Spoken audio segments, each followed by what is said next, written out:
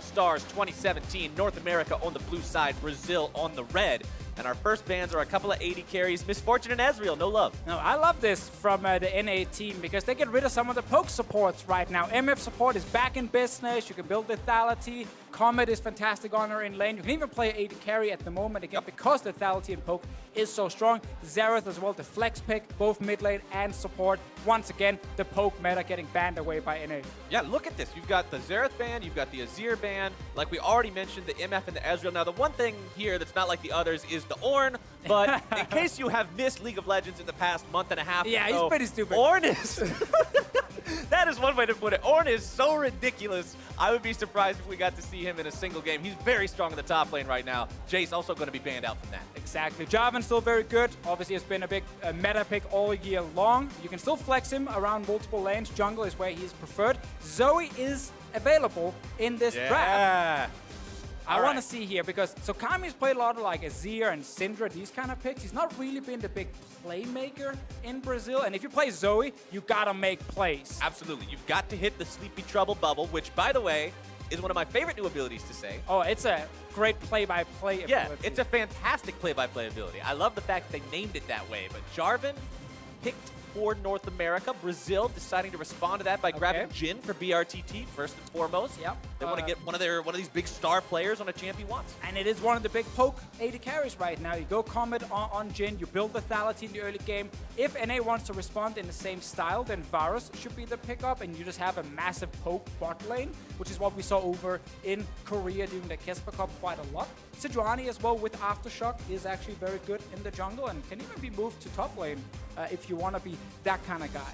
Yeah, Aftershock we've seen be very, very potent on tanks and there's Bjergsen. And here comes your Zoe lock-in. North America, not disappointing for the showmanship. We're going to see our first Zoe game and our first All-Stars game.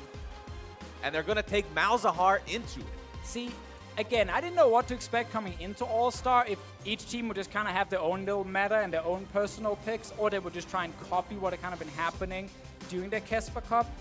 We're seeing a lot of the same picks as we saw over in Korea. Like, Malzahar is fantastic at the moment. The pokes 80 carries, as we mentioned, Jhin and Varus. And of course, now the Zoe is the new one, because she's available here during All-Star. And that's going to be a lot of fun to see what he can do on it. But the rest is very much poke long range. Now, there was a clip, I think Zyrene showed it to me yesterday, of Bjergsen playing this champion in solo queue against Sneaky and one-shotting him without even putting him to sleep first. But then Bjergsen lost the game. So we know that Zoe can one-shot people. But can you one-shot them hard enough to carry the team? Right. She can't make your teammates better. Right. Even though she can be really good on her own. Even though she can do good on it. Yeah, exactly. That's the next thing we need in League of Legends. Now you're thinking, right. We need a champion that makes your teammates better. Although she can amplify their damage. If they hit him after the bubble, it's going to make it do more damage. Remember that Zoe makes it so when you fall asleep, the next source of damage you take from anybody is going to be doubled up to some really high AP ratio she has. So we'll have to see if Bjergsen can set up those plays with his team. Checking out the bans in the second part of the ban phase. Camille and Rumble targeted by North America, while Brazil goes for Kennen and Tarek. All right, Tarek being banned away could give us a tank support for Dude down in the bot lane. A lot of people like to pick Tarek against the big tanks, like, and you know, if Alistar gets blind pick, Tarek can be an answer against it. Also, the Kennen ban, I actually like that. It is a flex pick at the moment. You can play Kennen support again, and you can, of course, play the Kennen top lane. Right. Both actually work pretty well, but it is going to be the Gnar, something we have seen a lot of in this offseason. Aerie has been the preferred choice for him, just for more poke damage. I still think you can run other things, like press the attack, so we have to see in-game how Vert decides to spec his Gnar. And you mentioned it, Vert, this is the guy who's the shining star in the top lane, in the CB LoL. It's not surprising to see him on a champion that can take over the game by winning lane and then being strong in the mid game, being a big element in those team fights, as North America picking themselves up the Tahm Kench. He's unbenched officio. We wanted fighting and engage, and this is the opposite of that. We got Tahm Kench. God damn it. Okay. Permit the Kermit. Right. Unclog the frog. Yeah, we get the Tahm Unload Kench. the toad. Technically could still go top lane to make it a lot of fun, but still looking at that support one. Shen support is also a thing. Shen support is also a thing. I was about to say that. I'm pretty sure Aframu was one of the players who said Shen support is pretty solid right now, so we could get the top lane Kench. Yeah, let's make a prediction here. Top lane Tahm Kench, support Shen, jungle Jarvan. That's what we're going for. We're locking that in. We're locking that in right That is a prediction. now. That is a prediction. Cut it out of the VOD if we're wrong. Yeah, just don't watch this part. All right, one more pick to go for Brazil. They've still got to get their own support. Looks like they're going to go ahead and go for some mad playmaking of their own. But now I kind of want Tahm Kench's support against the Thresh just to counter his hook. I mean, you want it from an analytical perspective, but from a viewer perspective, you don't want it because then nothing ever happens. And it's true. The hook, it's true, but now it's a conflict inside my head right now of like, do I want the best comp available or do I want the most fun on the Rift? Well, it looks like North America's going with the best comp available because they seem to have put Haunter onto the Shen, Aphromoo onto the Tahm Kench, which means that, like you just brought up, it's going to be very hard for the Brazilian All-Star team to make plays onto North America with that Tahm Kench able to save. Also, just, looking, as you said here, with Tahm Kench able to save, you know, it's not just against the Thresh. There's a Malzahar ult someone, Tahm Kench is there.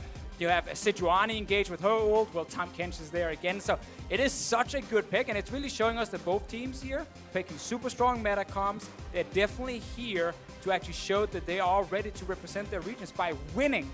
And not just by playing a lot of fun Not just by memeing, right. Not just by memeing around. But it should be fun to watch, and especially I like the Tahm Kench with the Varus and the Zoe. I mean, these are both immobile carries, right? You need to have ways to try to protect these guys extra. Zoe, I think, Zoe to me comes off as deceptive because people look at her ult and they see her as having some mobility because she jumps forward. But it's kind of fake mobility. Yeah, it's fake mobility. It brings you back to where you started, so you never actually get anywhere. Fun fact, if you hourglass after you ult forward, you will still jump back. And then your hourglass actually at your original position, and then right after, Tahm Kench can eat you. And then Tahm Kench saves you, gobbles you up, gets you to safety. Let's see how it works out for these guys. Heading into match number 1, the crowd is excited. The players are ready to go. Let's see who can walk away from this one with a win under their belts and start All-Star 2017 off strong. North America out the gates on the blue. Brazil rushing out on the red side now.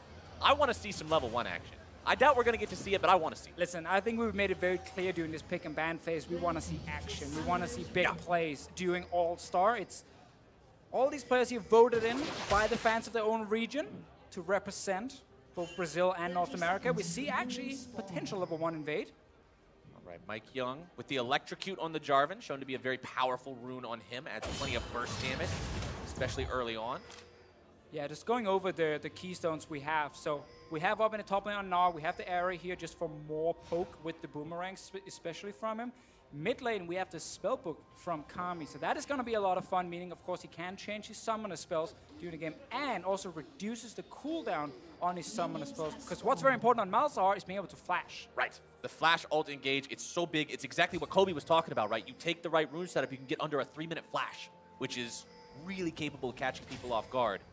Also a stopwatch on Kami's side right there, so we'll be able to build that into an hourglass later for himself. Bot lane, Comet on both AD carries, as we mentioned in the pick and ban phase, just a lot of focus on poke, and that's also why you see boots on Jhin here, because it actually allows you to dodge out of the Comet when it gets fired towards you.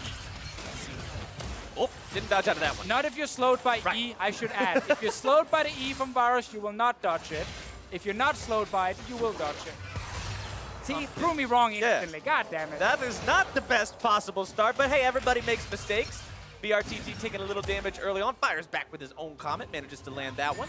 And again, I just want to add that little filler because we were testing that back in the European office. If you have 355 movement speed, you can walk out of Comet. You don't have that on Varus if you don't start boots, which is why he got hit by it. BRTT keeps getting slowed down, so he can't dodge it. Yeah, BRTT pretty low on HP here. Takes a mean tunk from Tahm Kench too. Oh, wow, Bird, Haunter taking it to him in this top lane with the Shen. Gnar forced to flash out of the way. Platform from Haunter looking to make the play. The first blood for North America's top laner. Welcome to the top lane where you pick a tank and you dominate the lane in the early game.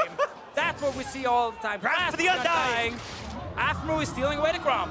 Aphromoo just frog on frog violence. Stealing that one away, spitting it out for his own jungler. North America making the moves in both sides of the map. Oh, what a start. They're Gnar in the top lane, dying so early. Bot lane as well, sneaky landing all the poke onto the Jhin.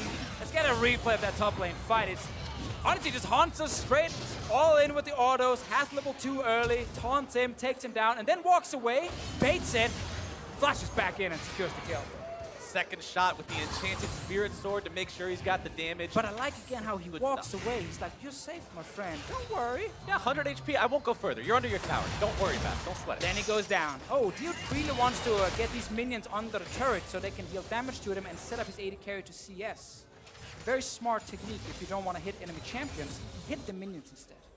All right, Revolta. Seeing if maybe he can make something happen, but I don't think so. As you can see, there's a zombie ward hanging out in that brush. Oh, keep an eye on him.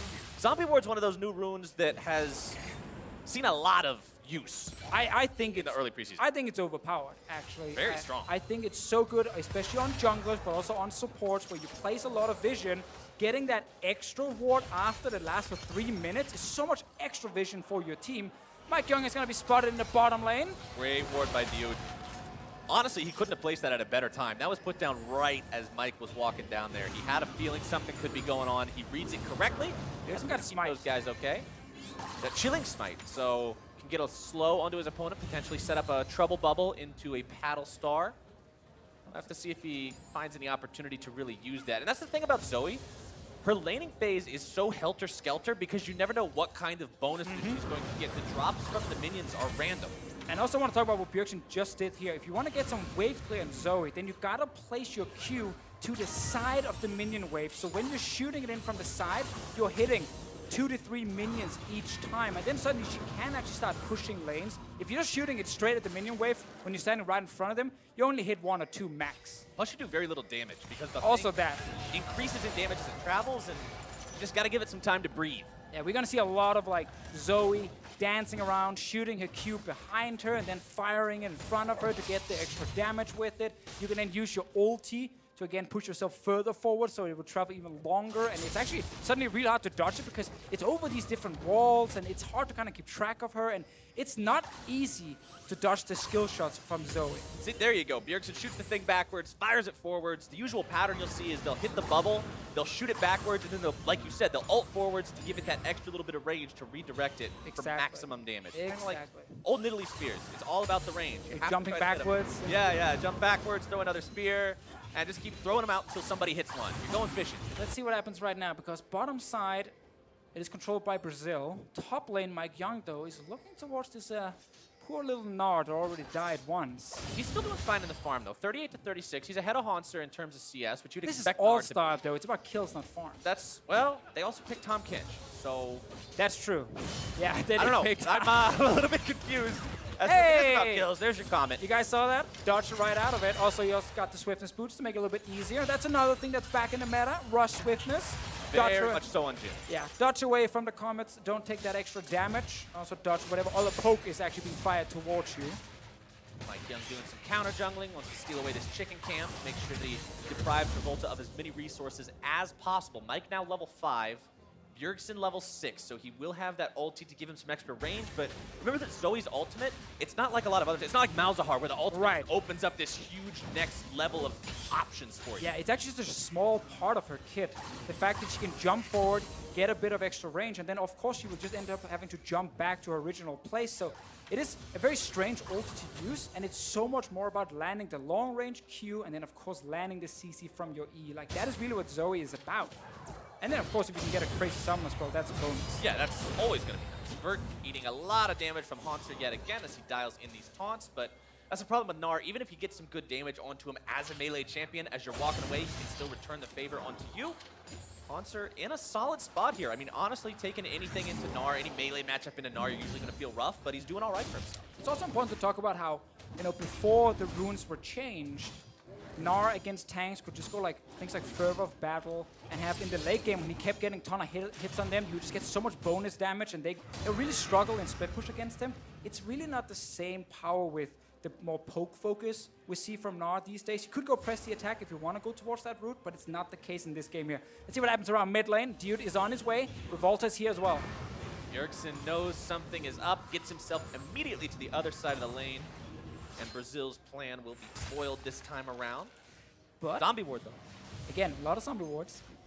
If you play a lot of solo queue, get zombie ward if you are a support or a jungler, because people do not check brushes. Those wards will last a full extra 3 minutes, and you get so much vision for your team, and your teammates won't die. Because they're just as strong as a normal ward. The sight isn't less than a normal ward. It's the same thing. It's just the fact you can kill them with one hit, and you can see the You ward. can see them, and you can kill them really easy if they're there. But like you said, if you don't walk into the bush, you never see the ward, you can't kill it. It's actually the way to make your teammates better because they can see stuff on the map. If they look at the minimap, let's see top lane. Let's see if they can make it happen. Oh, Harnster messing that one up a little bit. Bert getting himself away, but the Battle Star. That's a paddling. Bjergsen grabs the kill. Bjergsen able to aim it with second one. Let's see. Oh, now it's going to be trouble for Afromoo. Tries to Eat get yourself away over the wall. I don't think it works that way, Deficio. I don't think he's going to be able to do it. Still walking out. Barely getting away. Afromoo gets out Tanky alive. stays alive right there. Had to use his summoners. Meanwhile, Sneaky trying to get a bit of poke on Revolta here. Bjergsen, No sneaky poke. no sneaky poke yet. Hopefully later, if he keeps firing, he will hit at least one. Well, I mean, that would be the plan, I would hope. I mean, he's also hit a few in lane, abusing the slow from Bar's E. I do like the fact, though, that the Brazilian team on the bottom side is really controlling what's happening. It's actually allowing Dude again to be around mid lane. Bjergsen's flash is available, though. See if Bjergsen can get himself out of this one. Dude wants to look for it.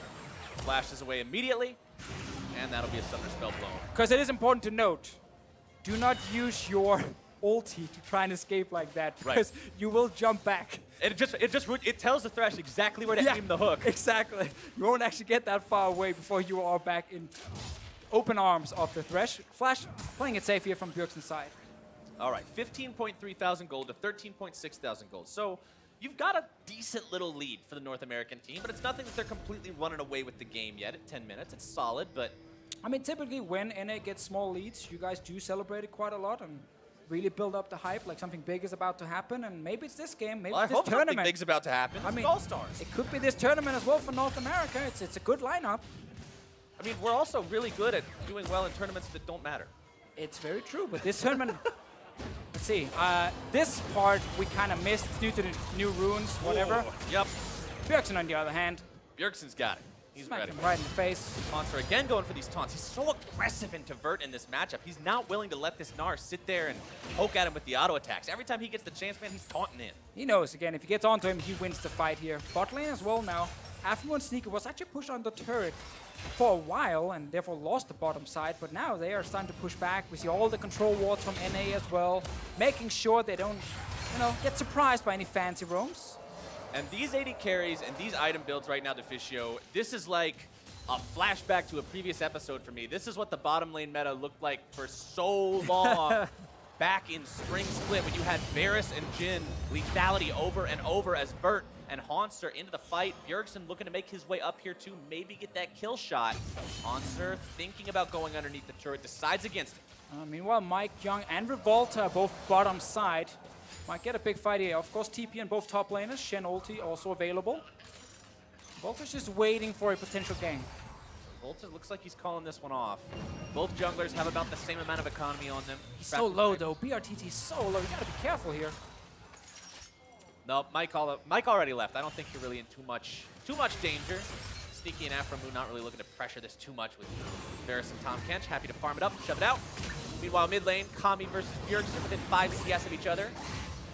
There, we got something in the inventories right now, Deficio. I want to direct your eyes to Kami's footwear. This is the best rune in the entire suite of rune ever since we reforged them. That man's rocking some free-ass boots, and that is exactly what you want. They don't cost any gold. They give you 10 bonus movement speed. That stays on the upgrade. It is such a cost-effective. You're a great salesman. Meanwhile, you want to buy 2 pair? I like them as well. I do like them, but melee. Oh, now he's able to find the ulti down into Bjergsen. He's got Revolta here as well. Silence into more CC. Haunter's able to make the save with the ultimate, returning some damage onto Kami. Bjergsen lives to see another day, and North America will also be able to take first turret bottom side. Yeah, that's the first turret for them. Bjergsen stays alive because of the Shen ulti. Dude was on his way, but he just couldn't get there in time. I actually still like the play from Brazil here. Just trying to lock down Zoe. She can't really escape once you get onto her. Aftermoon. Comes another play. It's Mike Young going to be delivered into the mid lane turret. Dunks him underneath the turret, but Kami's able to stay alive for now. Dude going fishing. Finds his way onto the Kench. Afromoo going to be in some trouble. Silenced up, stunned up, and taken down. Bert grabbed the kill. There's only one target he actually wanted to hit, and that was Tahm Kench. No way out. Afromoo's flash is still gone after he lost it around the mid lane earlier in this game here. That's the first kill now for Brazil. Plus, if you hit anybody else, the Tahm Kench just eats them to safety, Exactly. gets them out. It's a That's problem. why you want the Tahm Kench. Gotta take him down. More fighting. Here comes the rotation squad looking to make another play. BRTT opens up the firing range, but Diyu's the one who's taking a whole lot of damage. Haunter, again, not able to find the flash taunt. Vert continuing to look for Sneaky, but now the attention has been turned over to Haunter as Mike Young makes his entrance. Revolta is low, out of mana. Sleepy Trouble Bubble not going to be finding anyone. Bjergsen's able to find the damage, and Vert goes down. Now the taunt has connected all the way on to Kami. He's out of there too, and North America's got themselves a double. Oh, what just happened right there? They were trying to make a play top lane. Suddenly Haunter shows up. Bjergsen is actually flashing forward here. Not flashing forward. I don't think that was his real flash. Was that a fake one? Fake flash. Fake flash. So hard to tell. That's honestly one of the strangest things about watching Zoe. You'll see the guy flash, you'll think, oh, he fat-fingered it. There's no way he would want to flash there. And it's like, no, he just had the extra one. Always gotta look for different summoner spell usage from Zoe, or items as well. It's gonna be one of the fun things about casting her in big team fights out of nowhere. Oh, it's gonna be such a mess. I'm gonna have. I guarantee you, I'll goof it up at least once. All right, let's see it again here. So there's TP available from Haunter. Uses the top, Sneaky baiting everything. Nice ulti from him actually, buying so much time. And Kami's on his way back to base to get TP. He has heal right now, Malzahar. He's gonna switch that heal to teleport with his spellbook so he can TP into the fight. But by the time he's doing that, he's actually too late. Yeah. And the fight is over. Now he arrives. Oh, Wait! What am I doing? And now it's on cooldown. Man, that is a shame. But Haunter is now in a little bit of trouble. He's been bullying Vert for quite a while in top lane this game, but Vert has now found himself in the spot that Gnar normally finds himself, pushing Haunter away, taking him low, maintaining control of that bottom lane as Sneaky pushes up in the top side. BRTT trying to defend it, but he's got to be very, very careful. You can see Aframu hanging around up here too. Diyud also wants to be a part of this. BRTT and Diyud, you know, the bottom lane for the Red Can is one of the better teams in CB LoL. These guys, we got to see them during MSI as well. So these guys have shown themselves to be an impactful duo. They've shown themselves to have synergy before, but this game they're struggling to get on the board too much. Well, I just love they're always trying to be aggressive, you know, both back in CP LoL, but also here we've seen them try and set up some plays. Now, they've not been too successful just yet in this game here. Now, again, as you mentioned, struggling a little bit against this Varus and Tahm Kench lane, because you can't make plays in the Tahm Kench Varus lane. Like, he's just constantly denying it from Diyud, which is why he's roaming. He's leaving. He's going mid instead to make plays, but that's QSS now as well on Bjergsen. Good thing, though, they're getting bot lane tower. Revolta was down there. The Gnar is starting to poke down the Shen. NA, though, will respond top lane. Now, this gold lead, especially with this second turret going down up here for North America, is starting to get a little bit out of control. Bjergsen going to find himself jumped on yet again. Drops the flash, going to be stunned up. QSS to get away from that one. Sleepy Trouble Bubble prevents the chase, and he's out. Kami was just not in range to actually flash ult him. At least wasn't fast enough if he was close enough. Mike Young starting that Rift Herald as well. Always gonna be interesting to see if teams are finding new ways to use an objective like this. I don't think so, because the runes didn't really change how you use the Rift Herald, but I'm always kind of waiting for meta changes during off seasons where someone's like, oh wait, maybe we should use it like this instead. Sadly, probably not gonna be big changes with the Rift Herald. No, there's not a ton of different ways you can use it, I guess. I mean, you can use it as a bait, or you can use it, usually you mostly just seem to take the mid turrets. Yeah, I know, but what about...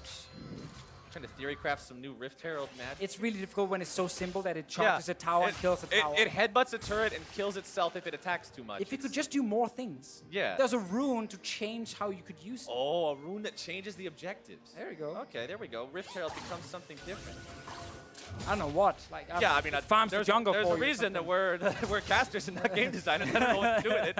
Send it into the jungle to clear all your camps or something along those lines. But right now, we can only send him into turrets. So we'll have to see where they decide to use that when as Sneaky continues to farm. He's got the Ghost Blade, Serrated Dirt #2 in the inventory. It's that lethality stacking I was talking about earlier. Gotta get that Dusk Blade. Gotta be able to deal maximum damage against some of these squishy targets on the Brazilian side. Obviously, BRTT wants to do exactly the same, but he's actually changing it up a little bit. And it's very effective right now with the state of the game, because look at the atomization on the tanks. It's health in both top lane and jungle. These guys are just stacking health. There's no extra armor there, so that lethality is still going to pack quite a punch, even on the front line. Exactly, and also we got to see top lane here. Aframu actually went with Biscuits for himself to be stronger in the laning phase specifically. I didn't really get to use a whole lot of Biscuits because he never really got poked down in the laning phase, but that is one big thing you can do on melee supports. If you think there's a lot of poke in the lane you're playing against, Biscuits super good from the inspiration tree. There's some of that poke from the piercing arrow from Sneaky, trying to get his way onto Kami. Rift Herald used by Mike Young. Nice big headbutt will take that turret down to 1/4 HP. Bjergsen has a cleanse, looking to make the move. Sneaky grabbing the kills. One piercing arrow shot through 2 hearts at once. And we just talked about some of the squishy carries on the Brazilian side. Well, those 2 carries just died straight away. They were trying to defend this mid lane tower. Bjergsen with cleanse and QSS felt so comfortable he could jump in and add more damage to what Sneaky was already setting up. And that showcased something important about Paddlestar that I think sometimes people forget. It's AoE. When Paddlestar explodes, the damage happens in a small radius around whatever it hits on. It's not a Nidalee Spear. So he was able to do enough damage to set Sneaky up for both of those. And now North America can transition. They can go grab the Mountain Drake. First Drake of the game at 19 minutes is a little bit slow, but they've been busy getting killed.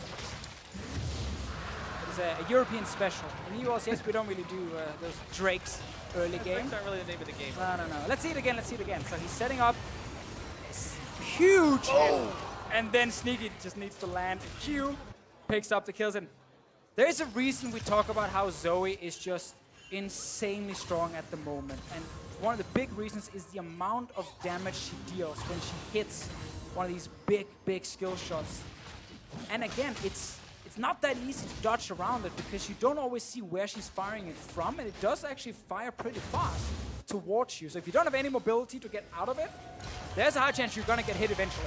All right, firing range opened up onto Sneaky, trying to buy himself some time. Stand United also going to be used, flashing out of the way. Afro move going to be brought in, so is Haunter. They turn it around, and Dude falls. Now can they find any more? Revolta trying to get out. Bjergsen going to be coming up from the side. Sneaky's troubled bubble falls a little bit short. Wants to make the Paddlestar hit, not quite able to find it. Rooted up by the Deadly Flourish. North America takes 1. Also very good silence right there from Kami's side. Actually made sure that Bjergsen couldn't ult forward at the same time as he fired that Q. But top lane again, the globals from North America, the Tamkins, the Shen, so hard to play against if you want to try and force that single kill in a side lane. It's never just one person sitting there. It's always 2 to 3 guys and then the rest of the team joining up. By the way, when you said the Zoe Paddlestar scales so heavily, I wanted to actually check the tooltip and see how much it scales up to. And right now, if you hit the maximum distance on Bjergsen's Paddlestar with the items he has, 970 damage. We are 20 minutes into the game. That is 970 insane. damage in a small AoE. Like what we saw underneath that tier 1 turret. If he can hit that on one person, it's great. You hit it on more than one person, it's GG. And then the fact also her CC is so strong, and especially in professional play where you can coordinate that with the rest of your members. If you land a taunt first, it's pretty easy then for Bjergsen to land his skills right after and actually secure the kills. Still, I'm glad we get her in the first game. I actually thought she was going to be banned, but clearly Brazilian team already with the Malzahar. Let's see what happens top. All right, Mike Young starting it off. Drops the Cataclysm. Diu's going to be the target, but Mike's in there a little bit too early. The rest of the North American team not responding in time. So Mike just has to use his own flash getting out. Vert did get the bot lane tower earlier in this game here, so 1 turret and 1 kill for the Brazilian team. But man, they are so far behind this game, and now they're getting sieged on in the top lane. Oh, that's 1. Oh, there's your drowsy Paddlestar from a long way away. Revolta's going to be blocking what would have been a kill blow, but Diu still goes down. Sneaky on a killing spree for that one as NA continues latency for the turret. The demolish is going to be there. Oh! The double kill. The Paddlestar into piercing arrow combo is ripping Brazil apart. It is so painful to play against. It's even painful to watch it right now. The fact that you can land these abilities over these walls, the extra range on them and everything, like it's just crazy how strong your siege is, especially in a poke meta. If you have your AD carry landing poke, applying CC, then you have your mid laner able to do what we just saw here from the Zoe. Lands a sleep onto the enemy support, and instantly, you know, he just dies. And like what I brought up earlier, look at the atomization. It's all HP, and these guys are stacking Impen and stacking Armor Pen. Again, it is important to highlight when you're shooting the little bubble here, the sleep over walls, the range is extended. So again, that's why you see him landing it from so far away. Second one even connects as another sleep into then more poke damage. And you die. Okay, so remember that 970 damage missile? It also deals an extra 310 damage if they're drowsy. Right. So 1280 damage. And let's see, BRTT's HP at the moment is 1377. So almost. It will leave him with 97 health. There we go. Didn't get one shot. Not one shot technically, but look at the damage dealt to champions this game. You can see how high the damage value is, especially for Sneaky on this Varus. With those double lethality items, he's stacking the Mana Moon up now as well. The CDR this guy has, 30%.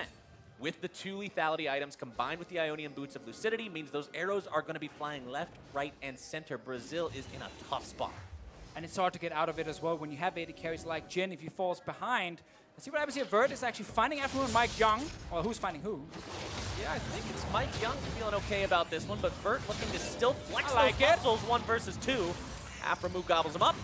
Bjergsen walking away. Mike Young trying to slam the Cataclysm down onto Vert. Haunter shows up. Vert flashing away, trying to keep himself alive. Suppression down on a Sneaky. They might be able to take him down. They do. BRTT grabbing the kill. Vert still looking to find Mike Young. Barely misses out on the kill. So that was a 1-for-1 here. We gotta remember, NA is really far ahead in this game, so that was a very good trade for the Brazilian team. Bjergsen. Oh, DU nearly getting one-shot by Bjergsen's Paddle Star. Sleepy Trouble Bubble. Oh, he stepped onto it. Bjergsen grabbing even more damage. That's the problem with this skill too, Deficio. If you miss it, it sits on the ground and it can still step on it. I feel like we've highlighted 10 problems already when it comes to playing against Zoe. There's so many things you have to be mindful of. So many things. Still though, if you do want to try and shut her down, again, Sleepy Trouble. Oh, sleep now. Done. That's your Paddle Star. Bjergsen on a killing spree. If you do want to try and shut her down, you gotta bring CC, and you need to be able to actually just flash onto her and CC her. That's obviously where the QSS is very smart from Bjergsen, to try and avoid dying instantly against it. But once you actually lock her down, she doesn't have great escape tools. She's very good when she's ahead. She snowballs so insanely well, probably the best out of any mid laner right now. But if she falls behind, or if you can actually jump her with Flash, Malzahar, ult, and QSS is on cooldown, she will not get away after that. Sadly, again, it's really hard to do, and there's also a Tahm Kench. There's also a Tahm Kench, there's also an 8,000 gold deficit, there's also this Infernal Drake being taken, which is going to multiply her damage by another 8%. And yeah. 8% is one of those numbers, it feels tiny, But when you're doing 8% of 1,300 damage, it's pretty big. Let's see, BRTT. Infinity Edge completed, find Afro. Afro suppressed, bursted, gets the thick skin off, trying to stay alive, but not today. And actually, again, the Infinity Edge right there from Jin is actually a pretty smart adaptation. If you're already losing early game, don't just stack more poke, because you need to start forcing fights and try and win those fights despite being down a ton of gold to then get a Baron and get back in the game that way. So going Infinity Edge just make him stronger also when it comes to try and burst down a tank. Because stacking lethality against someone who's stacking armor doesn't feel great, won't do you any favors in team fights. Infinity Edge, much better on Jin for killing tanks. Oh, Revolta loses half his health there. Bjergsen, with the solid aim on the bubble, realizes, hey, even if he backsteps to avoid the projectile, the trap falls in front of him, he has to step on it to get away. BRTT, like you said, trying to build for these team fights, trying to give his team an opportunity to find a way back into this game. But when we were looking at Champion Select and we were saying, hey, these guys are drafting try-hard team comps, they're kind of playing what Korea was playing, doing the Kespa Cup thing. Well, the problem with poke comps, it's like you said, when they fall behind, they feel really bad. When they're ahead, they feel super good. Vert right now might actually be in trouble as a TP coming. Okay, Bjergsen and Haunter together. How did he get a what TP? Fine, let's... Because why not? Because why not? That is the best answer. As Haunter still looks to maybe find this taunt here. Paddle Star comes up a little bit short. Keep running, my friend. Bert's doing a great job, but the second he stops doing that great job, yeah, that's going to happen. This is your tank, remember, Deficio. He's trying to get out. Going to go Mega Gnar here in a moment. It'll give him some HP, but it makes him slower, too. And there's so many walls here, extra range. This is difficult. Bjergsen's still looking to maybe... Wait. Is this the greatest bamboozle of our time? Oh, he jumped the wall. He jumped right. Oh, imagine if he would have stayed in that fog, if he would have had that sixth sense to know it. No, there's no way out. Goodbye, sweet prince. He tried so damn hard. That was so close. Meanwhile, the rest of his team was just kind of basing and killing rest of his team camp. is question mark pinging the Gnar. Why are you back there? What are you doing there back there? Get back. Poor Vert. Tried so hard in the bot lane, but again, when a random mid laner just TPs in without even having teleport. Remember, he has heal. Heal is his spell. Anyway, managed to get that one, so lucky for Bjergsen. And NA right now, baiting around the famous Baron. Normally not their best friend. No, definitely not. Can confirm, but maybe All-Stars is a turning point. I mean, this year, we had Dignitas, a team that is previously known for having mistakes around Baron, pull some amazing plays around Baron. Maybe this is a good omen for all of North America together. That Baron will be our new savior. Well, I mean, again, a lot of vocal members on this team. Everyone can make the call to step away from Baron in case something is about to go wrong. Aframu in there, Mike Young as well. And of course, Bjergsen, we know, will be super vocal in these fights. And gotta see, for now, 28 minutes into the game, they got 2 great Drakes. They're still very far ahead in gold. They have very overpowered Zoe. And Brazil is just running out of options, I feel like. These guys are trying to find ways back into the game, but every time they look for some opportunity, North America's doing a good job of shutting it down. The only deaths on the NA team so far, Deficio, 1 death on Sneaky, 2 deaths on Aframu. Your solo lanes and your jungler still haven't died. This is a really solid performance from the North American squad overall in not getting too sloppy, not getting too careless. I do like, though, the fact that the Brazilian team has actually tried to find like a few picks to at least delay the game. Like, yeah, again, they're far down, but it still feels like if they get a good flash engage, where Aframu maybe is not right there to save whoever they're jumping on, they can get that 1 kill. And we're late enough into the game that if you get 1 kill, you can start Baron. But once again, though, NA side, double QSS now on the carries. As you mentioned, the time catch, Shen ulti as well. Like, it's not just flash engaging as a Malzahar to get a kill. You need to do a whole lot more other than that. And I mean, this is Aframu. This is a guy who has been one of the heart and soul members of CLG for a long time and was this guy who a lot of the time people and fans and critics alike were crediting with the team doing well when they otherwise would have had issues. And even though he's had his ups and downs, his ups on that team were moments where he was making these calls and making these plays. I want to see if he's able to be that guy who can always provide the save, who can always keep Bjergsen or Sneaky alive, because I don't see him being too far away from these guys anytime soon. Well, I also want to see if it's Dude or Revolta who can be the guy with the big engage from the Brazilian team. Vert down the bot lane. Vert still struggling a little bit with Haunter here, now getting a chance to attack back. But Haunter is just not turning away. He has no surrender in him. Flash into the taunt, able to find the kill. Meanwhile, mid lane, it's Mike Young grabbing the dunk onto Kami. 2 dead on the Brazilian side as North America now has their choice of where they want to push and what they want to do. Taking the mid lane tier 2, moving back towards Baron. Yeah, they got double global on that Shen. He can always join near the Baron here in case they need him. Rest of North America moving straight towards it. Bjergsen actually going back to base for now. Obviously can just rush straight to Baron. Still, they are starting it. All right, Haunter on the Of course, Bjergsen got another teleport. Yeah, Bjergsen, why not? Why not? Got to be able to get to that fight in time. Revolta gonna be taken low. Drowsy onto BRTT. He's there.